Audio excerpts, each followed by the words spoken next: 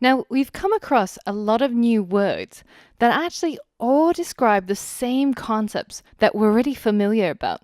So, for example, in the object-oriented programming world, we have something called a class, and that in the core data world is known as an entity. And when you think about databases, that's simply just a table that represents your data. And in the other case, when we talk about properties in object-oriented programming, it's actually similar to an attribute in core data. And in your database, that would simply just be a field or a particular column of your table. So if we look at one of our tables from our bakery, for example, the buyers table, the table itself is a class. And if we're using core data, then the table would be called an entity.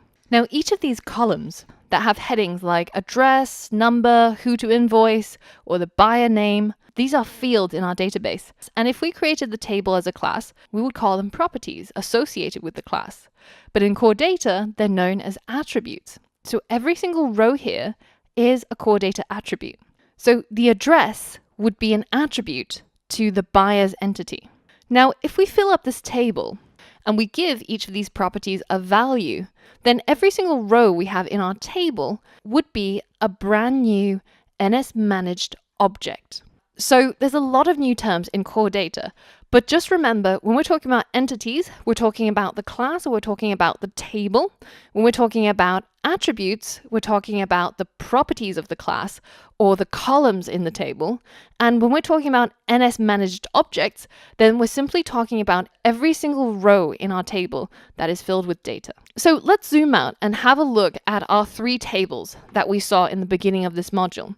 We have a buyer's entity, we have a products entity, and we have a orders entity. Now, if we put all three entities or all of our tables into permanent storage, then that becomes our persistent container. And this container is simply a SQLite database that stores all of our tables and all of the relationships between the tables. Now, when we're writing our app, we can't simply interact with the persistent store directly.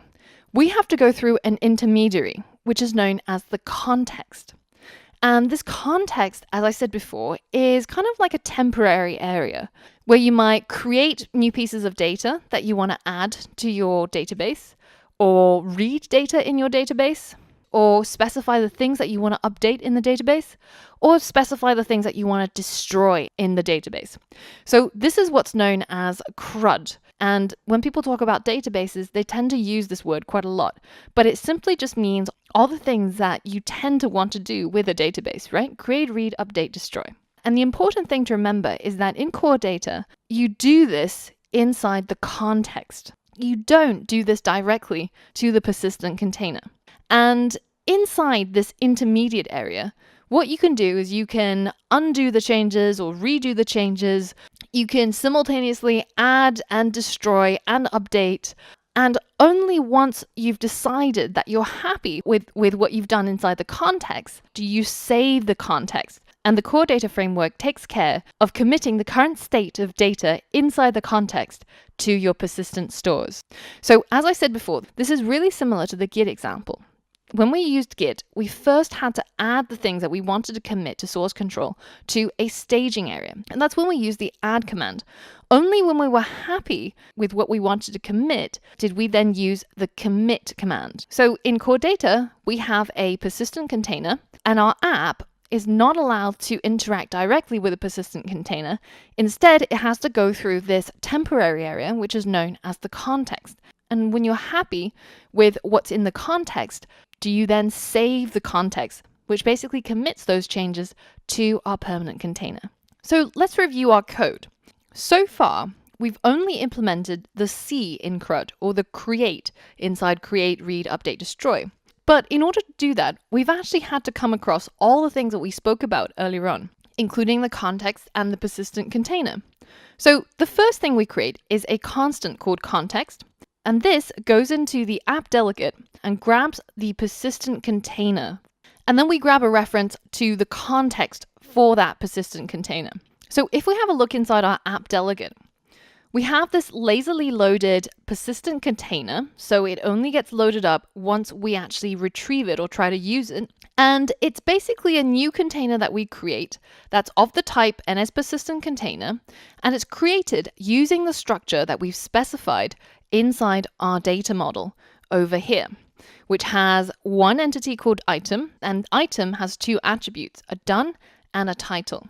Then we load the persistent store and get it ready for use. Now we access the persistent store's context, which is that temporary area, if you remember, that our app is going to talk to. Next, when we add a new item to our table view, we create a new object of type item. And remember, this class gets automatically generated when we create a new entity with that name inside our data model. And that class already has access to all the properties that we have specified as attributes, title and done. So we create our new item, and that item is an object of type NSManagedObject. So if you remember, we said earlier on, NSManaged objects are essentially the rows that are inside your table. And every single row will be an individual NSManaged object. And then we fill up all of its fields, so the title field and the done field. And once we've done that, we save our items. And inside the save items function, we have this method that can throw an error, so it's marked with a try, and we try to catch the errors if there are any issues. But what it does is that it looks at context, that temporary area, which we edited over here by creating our new NSManaged object inside that context. And then we save the context so that we can commit unsaved changes to our persistent store. So I know there's quite a lot of new words and new concepts that are being presented in this lesson.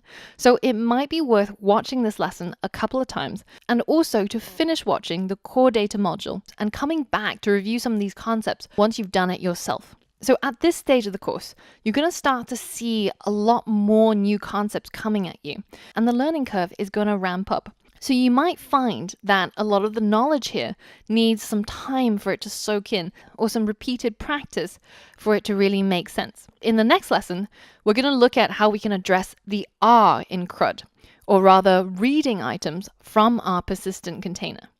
So for all of that and more, I'll see you on the next lesson.